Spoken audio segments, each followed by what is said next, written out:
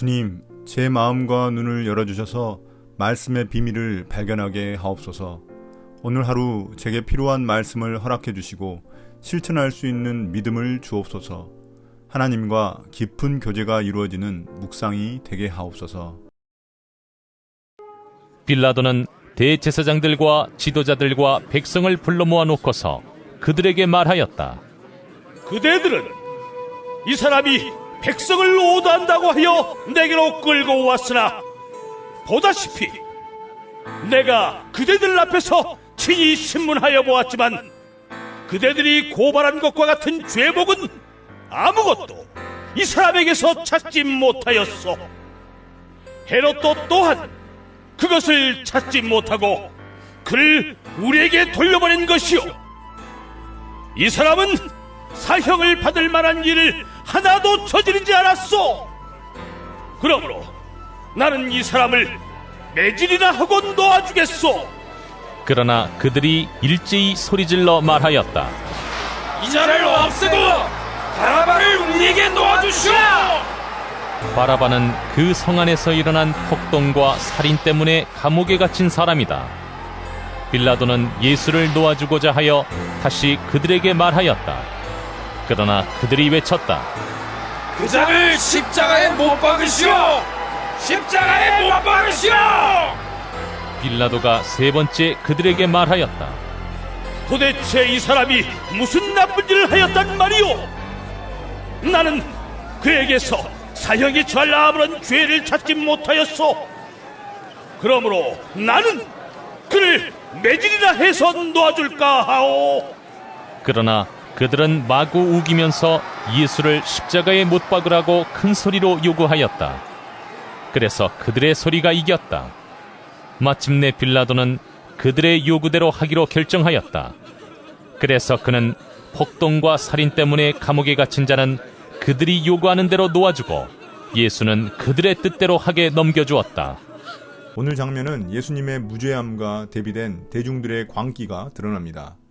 앞서 빌라도는 헤롯에게 예수님을 보내 자신의 책임을 회피하려고 했습니다.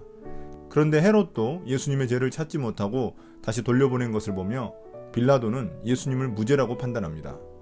오늘 말씀에서 빌라도는 총 3차례에 걸쳐 예수님에게 무죄를 선언하고 석방하려고 시도합니다. 이를 위해 그는 유대인 최고 회의 기관인 산헤드린 공회 지도자들과 백성들을 모이게 했습니다.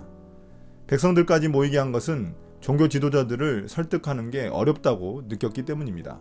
빌라도는 백성들이 예수님 편이 되어줄 거라고 예상했지만 의외로 그들은 종교 지도자들 편에 섰습니다. 분명 백성들 중에는 예수님을 따라다니던 자들도 있었을 것입니다. 그러나 그들은 예수님이 자신들이 기대하던 메시아가 아님을 알고 예수님에게서 돌아선 것입니다. 아무튼 빌라도는 예수님에게 죄가 없어 사형을 판결할 수 없으니 다만 매질을 하여 석방하겠다고 말합니다.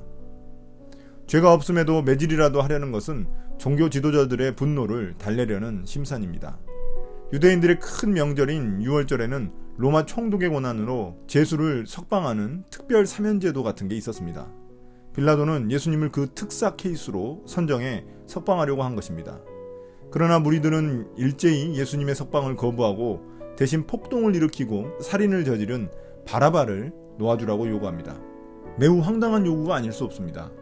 여기서 깨닫게 되는 점은 여론에도 위험성이 있다는 것입니다. 다수의 사람들이 절대선이 될 수 없으며 오히려 진리를 외면하고 불의를 행할 수 있다는 걸 알게 됩니다.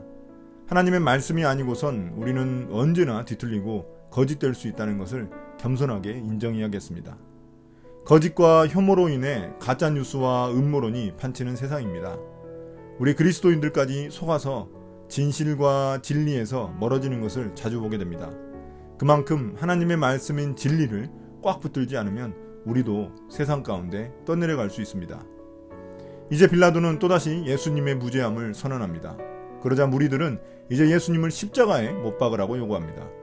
이에 빌라도는 마지막으로 예수님의 무죄함을 주장하면서 매질하여 석방하겠다고 말합니다.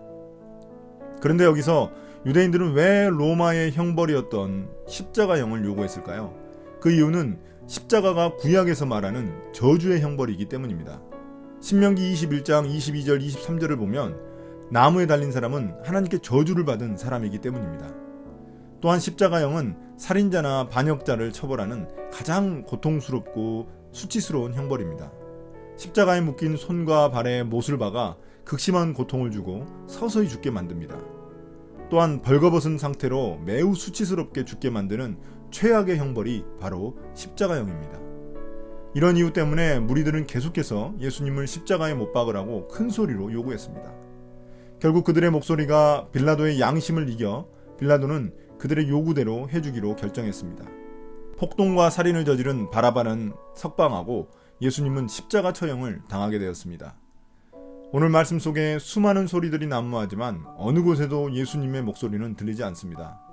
정작 들어야 할 정당한 목소리는 침묵시키고 불의한 목소리만 난무합니다. 진리는 단지 목소리 큰 사람의 몫이라는 말을 떠올리게 합니다. 결국 그들은 자신들이 기다리던 메시아를 죽이고 만 꼴이 되고 말았습니다.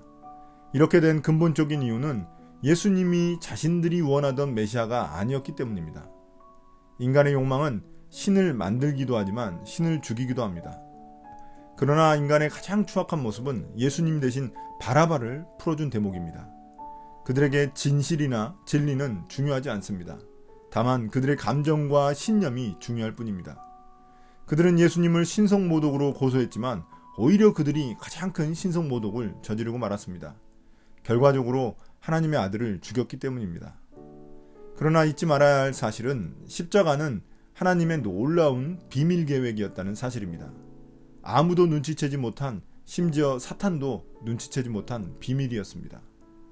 어떻게 하나님은 자신의 아들에게 인간의 죄를 뒤집어 씌워 죽일 생각을 할 수 있었을까요? 이런 상상할 수 없는 하나님의 계획으로 저주의 십자가는 구원을 주는 축복의 대상이 되었습니다.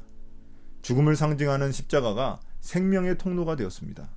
수치를 상징하던 십자가가 그리스도인들의 자랑이 되었습니다. 오늘 묵상을 마치겠습니다. 감사합니다.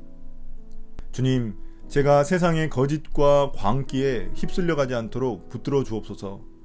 영원한 진리인 말씀을 붙들고 예수님의 침묵을 배우게 하소서.